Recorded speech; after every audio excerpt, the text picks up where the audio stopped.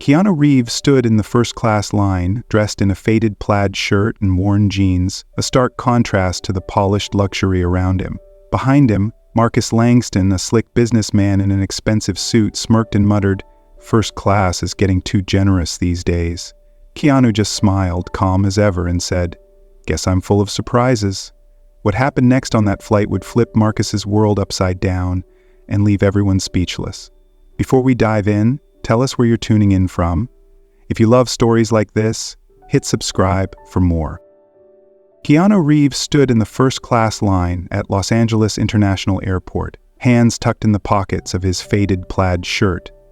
It was April 2025, and the place buzzed with the usual chaos. People rushing, voices overlapping, luggage wheels clacking. Keanu didn't seem to notice. His jeans were worn thin at the knees, his boots scuffed from years of use, and his backpack hung loosely over one shoulder, looking like he'd seen more miles than most people in line. He wasn't flashy, not even close, and that's exactly why he stood out among the tailored suits and designer bags. His calm vibe cut through the frenzy like a steady heartbeat. Right behind him was Marcus Langston, a guy who oozed money and didn't care who knew it. His suit screamed custom-made, his shoes gleamed under the airport lights, and his cologne hit you before he did. Marcus sized Keanu up with a smirk, his eyes narrowing as if he'd spotted something out of place. "First class is getting too generous these days," he said loud enough for Keanu to hear, his tone dripping with sarcasm. Keanu turned slightly, meeting Marcus's gaze with a light smile. "Guess I'm full of surprises," he replied, his voice even, almost playful.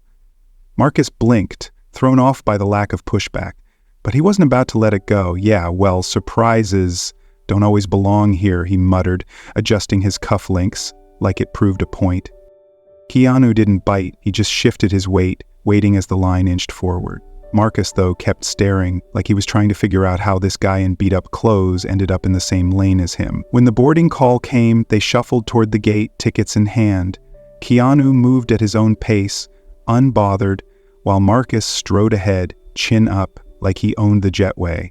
The real kicker came when they stepped into first class and checked their seats, side by side. Marcus froze mid-step, glancing at his ticket, then at Keanu settling in next to him.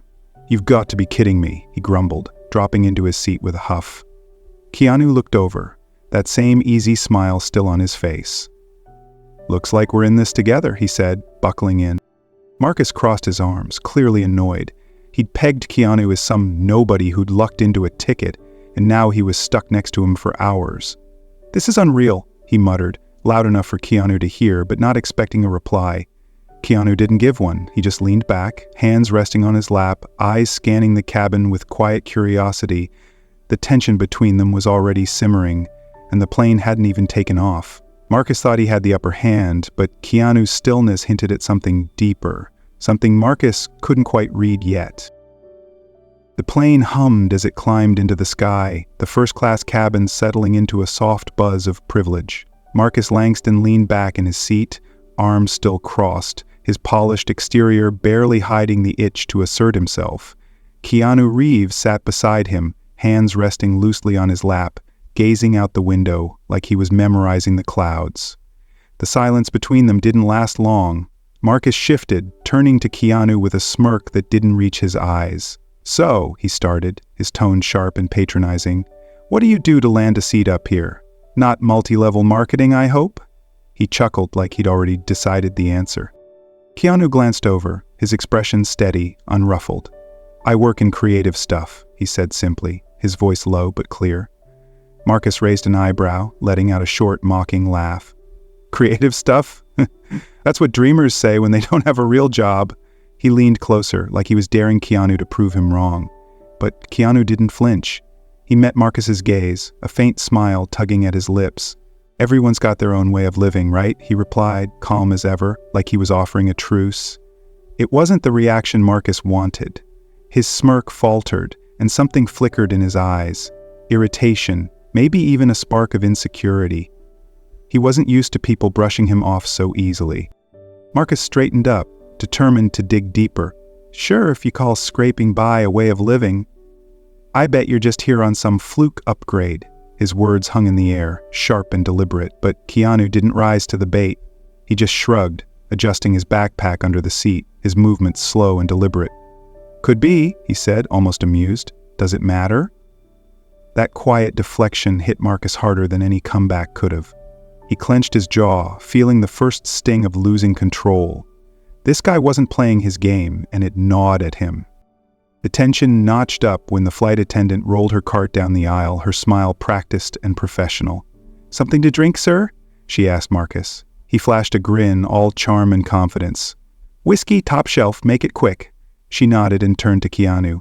"And for you?" Keanu looked up, his eyes soft but direct. "Just water, thanks." The attendant handed him a bottle and moved on, but Marcus couldn't let it slide. He let out a loud chuckle, shaking his head. "Water? In first class?" "You're joking, right?" His voice carried, drawing a few glances from nearby passengers. Keanu twisted the cap off his bottle, taking a sip before answering. "I like keeping it simple," he said, his tone light but firm, like he meant more than just the drink. Marcus snorted, swirling his whiskey like it was a trophy. "Simple's for people who can't afford better. You're wasting this whole experience." He took a swig, expecting Keanu to back down or snap, but Keanu just looked at him, steady and unbothered. "Maybe the experience isn't about the drink," he said quietly, his words landing like a gentle punch. Marcus froze mid-sip, his grip tightening on the glass. He wanted to laugh it off, but something in Keanu's calm certainty made it stick. "Oh, come on," he shot back, forcing a grin. "Don't tell me you're one of those less is more types. That's a loser's excuse." Keanu didn't answer right away.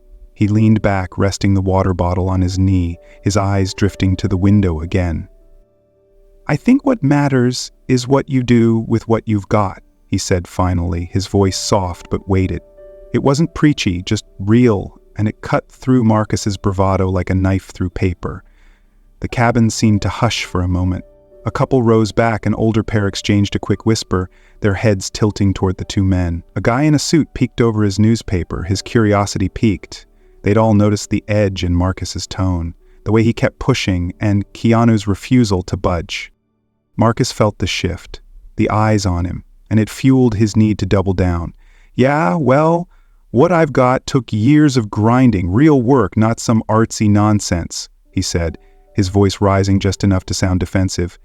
"You don't get here by sipping water and playing humble."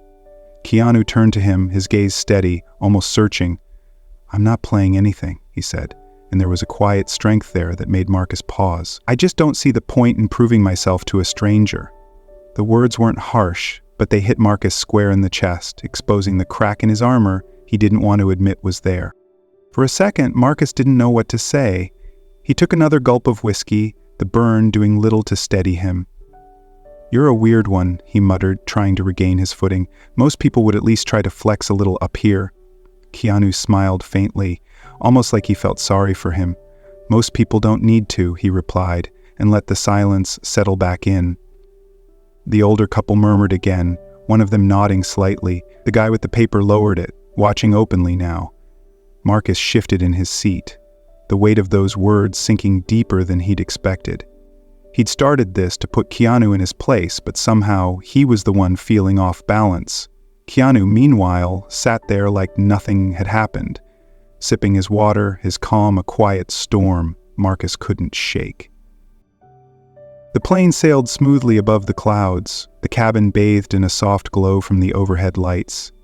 Keanu Reeves sat with his water bottle cradled in one hand, staring out at the endless sky, while Marcus Langston fidgeted beside him, still nursing his whiskey.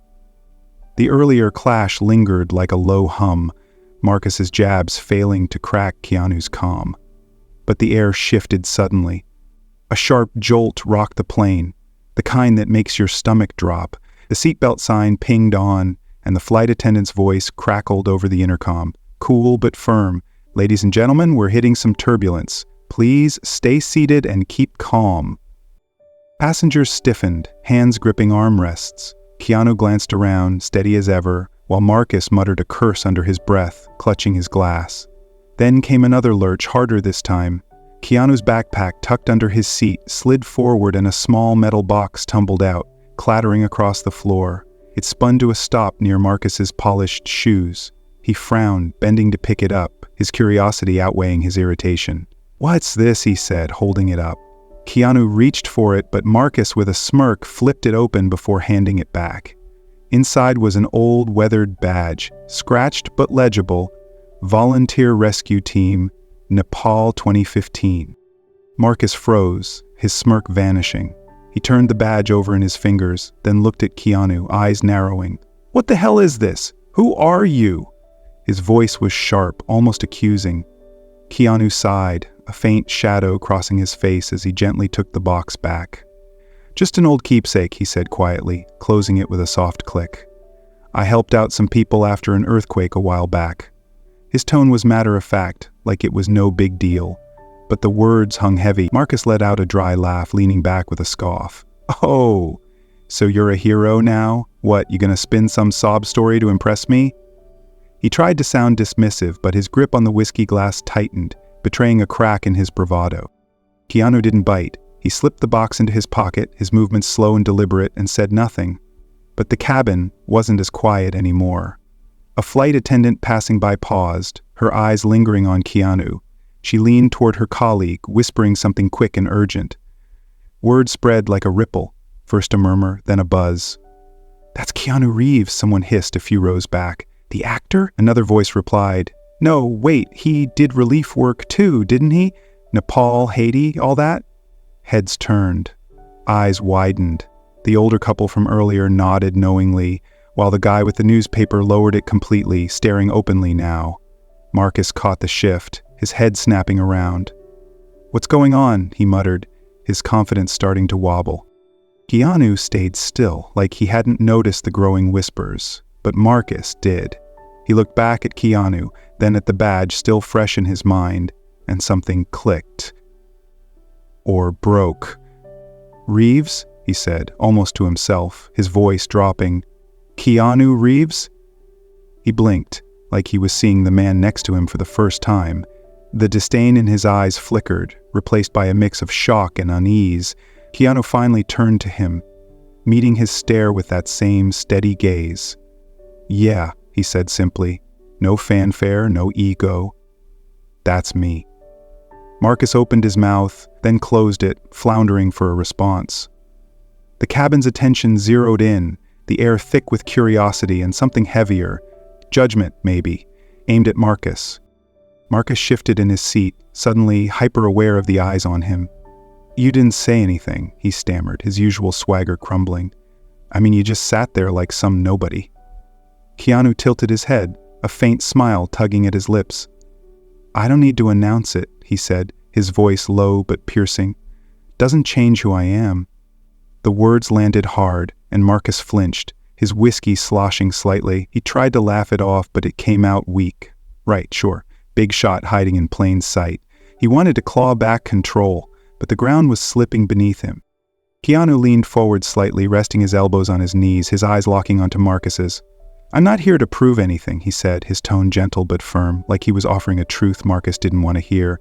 "But you know, sometimes the stuff you flaunt doesn't say a damn thing about who you really are."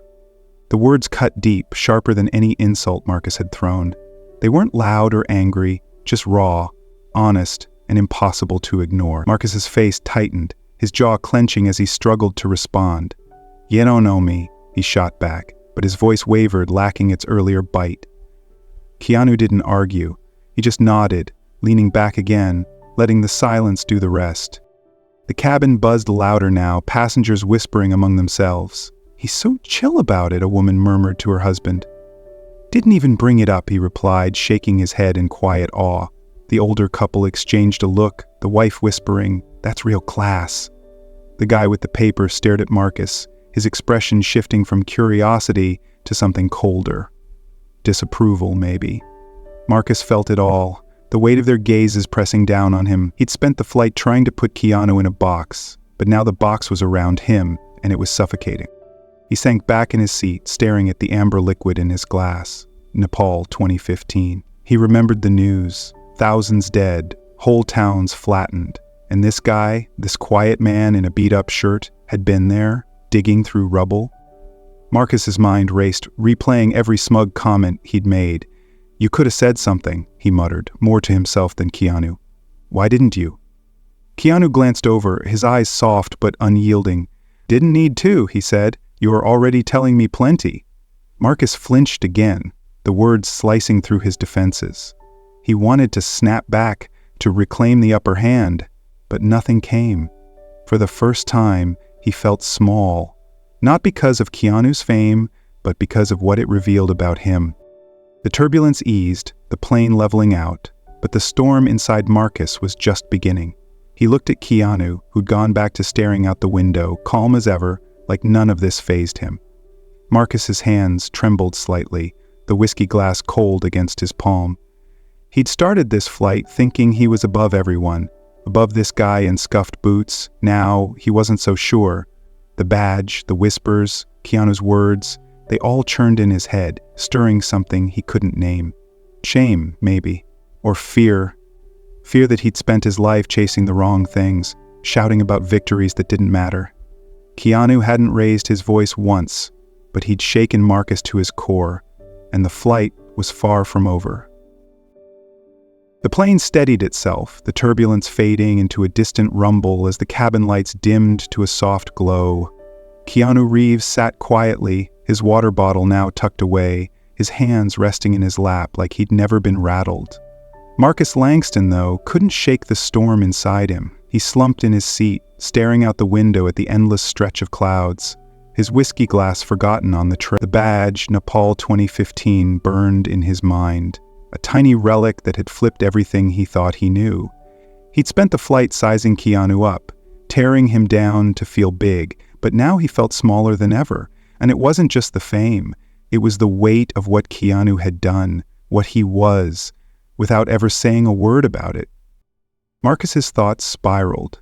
He saw flashes of his own life, late nights in corner offices, chasing deals to stack his bank account, proving he wasn't the kid from nowhere anymore.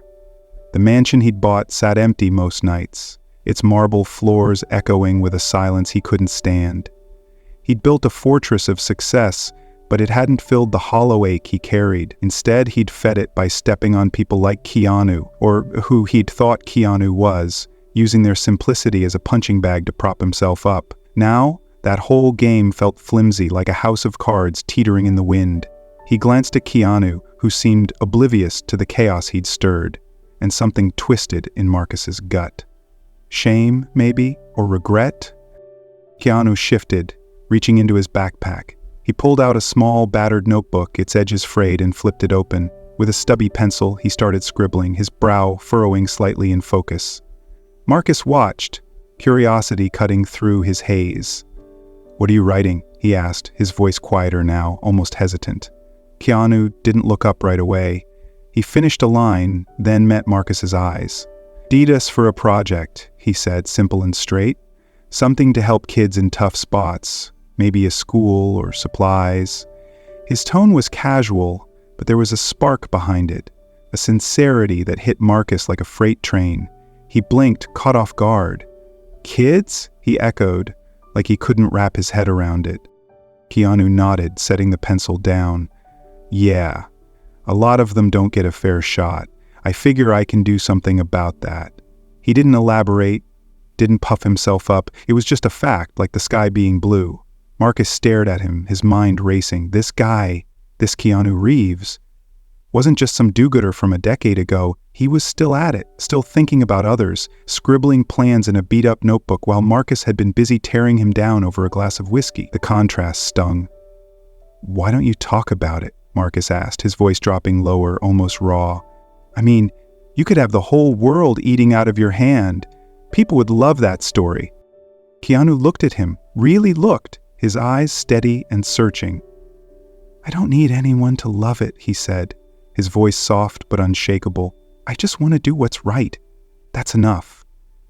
The words landed like a quiet thunderclap, reverberating through Marcus's chest. He opened his mouth to argue, to deflect, but nothing came. Keanu wasn't preaching. He wasn't even trying to win. He was just real. And that realness cracked something open in Marcus, something he'd kept locked tight for years. He turned away, staring at his hands, the gold watch on his wrist suddenly feeling heavy, meaningless. The silence stretched, thick and heavy, until a voice broke it. An older man a few rows up, his hair gray and thinning, turned in his seat. "I saw you once," he said, loud enough for the cabin to hear, his tone warm but firm. "Haiti, after the hurricane. You were hauling lumber, helping rebuild a school for the kids." He nodded at Keanu, a faint smile creasing his weathered face. "It didn't say much then, either." The cabin hushed, every head swiveling. Marcus whipped around, his eyes wide, locked on Keanu. "Haiti," he muttered, barely audible. Keanu glanced at the man, gave a small nod. "Yeah, that happened," he said, no trace of pride, just quiet acknowledgement. Then he went back to his notebook like it was nothing. Marcus's breath caught. Nepal, Haiti, schools, kids. His mind reeled, piecing it together. This wasn't a one-off. This was who Keanu was. Not the actor, not the name, but the guy who showed up when the world fell apart. Who didn't need a spotlight to care. And Marcus? He'd spent his life chasing spotlights, clawing for applause, only to end up alone in a crowd. The older man's words echoed and the cabin stirred. Whispers, nods, a few approving glances. The woman from the couple murmured to her husband, "That's incredible." The guy with the newspaper shook his head, muttering, "Unbelievable." But Marcus barely heard them. He was drowning in his own head, the smug armor he'd worn since takeoff peeling away, leaving him raw. "Why?" he asked suddenly, his voice hoarse, almost desperate. Keanu looked up, pencil pausing. "Why what?" he said, calm as ever. Marcus swallowed, struggling to find the words. "Why do it, any of it, if you're not going to tell people? What's the point?" Keanu set the notebook down, his gaze steady, piercing. "The point isn't me," he said. "It's them, the people who need it. If I make it about myself, it's not real anymore." Marcus blinked, his throat tightening. He wanted to argue, to say that was naive, but the truth in Keanu's eyes stopped him cold. He'd never met anyone who lived like that, who didn't need the world's approval, and it terrified him because he'd built his whole life on needing it. Marcus turned away, his hands trembling slightly. He saw his reflection in the window, sharp suit, slick hair, a mask he'd worn so long he'd forgotten what was underneath. He thought of the people he'd dismissed, the ones he'd stepped over, all to feel like he mattered. And here was Keanu, mattering without even trying. "I don't get it," he muttered, more to himself than anyone. "I don't get you." Keanu didn't respond right away. He watched Marcus for a moment, then said, "Maybe it's not about getting me. Maybe it's about getting yourself." The words hit like a punch, soft but deep, and Marcus felt tears prick his eyes. Tears he hadn't shed in years. He blinked them back, hard, refusing to let them fall. The cabin hummed around them, but Marcus was lost in his own reckoning. He'd started this flight thinking he was untouchable, a king in a suit. Now he saw the cracks, his loneliness, his need to prove something, anything. Keanu hadn't just exposed him, he'd held up a mirror.